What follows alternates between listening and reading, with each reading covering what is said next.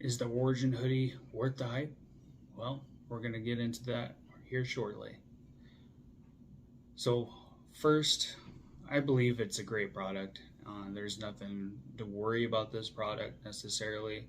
Uh, if you want it, go ahead and put it in your gearbox, but this is my opinion. So, I clicked on this video because you're interested in seeing if it's actually worth it.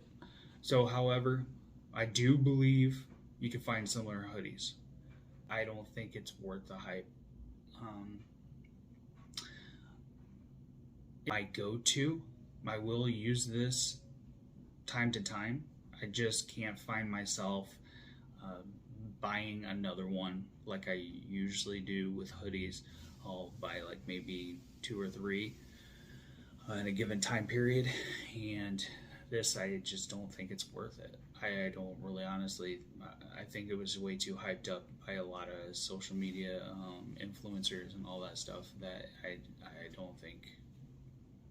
I mean, you can get similar products that probably not made out of the same material, or probably are made out of the same material. Just I mean, personal preference. If you are tight on a budget, I wouldn't be spending $170.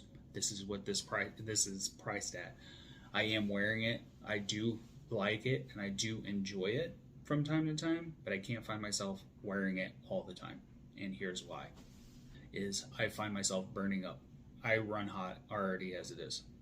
When I walk out this door, I literally walk out the door with barely anything on as it is. Barely. I usually wear a shirt, t-shirt or something like that, and a light pair of base layer pants, and walk right out the door.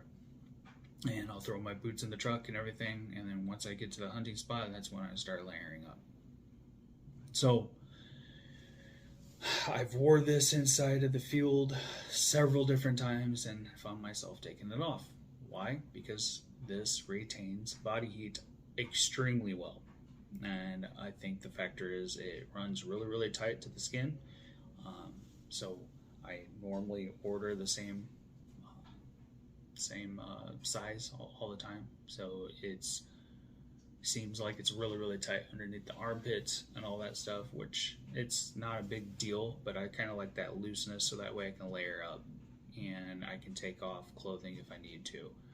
Where this, I find myself taking it off all the time before I get to my stand, or either that while I'm hiking around in the hills and all that crap.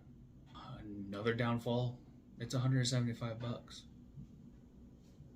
like or 175 or something like that with shipping and everything. Like, if you're going to spend that much money, you're comfortable with it, go ahead.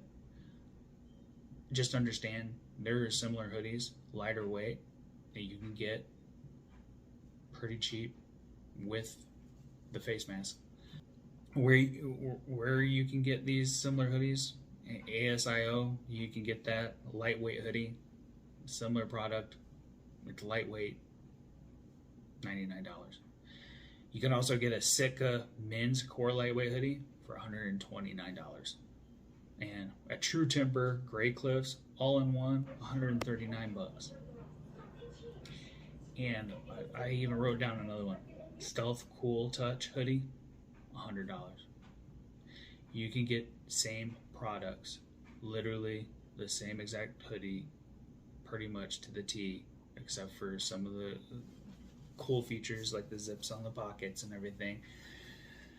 And that's another reason why I like this, is they have zips, and sometimes I'm clumsy as hell, so I'll end up dropping stuff. They also have a chest pocket here too, which I hardly ever use chest pockets, but other than that, I really honestly don't think it's worth the hype. So if you feel like you need something and need a hoodie, I highly second guess yourself. Literally write down a pros and cons list of what you would think would be best for you in financial stability when you're purchasing gear.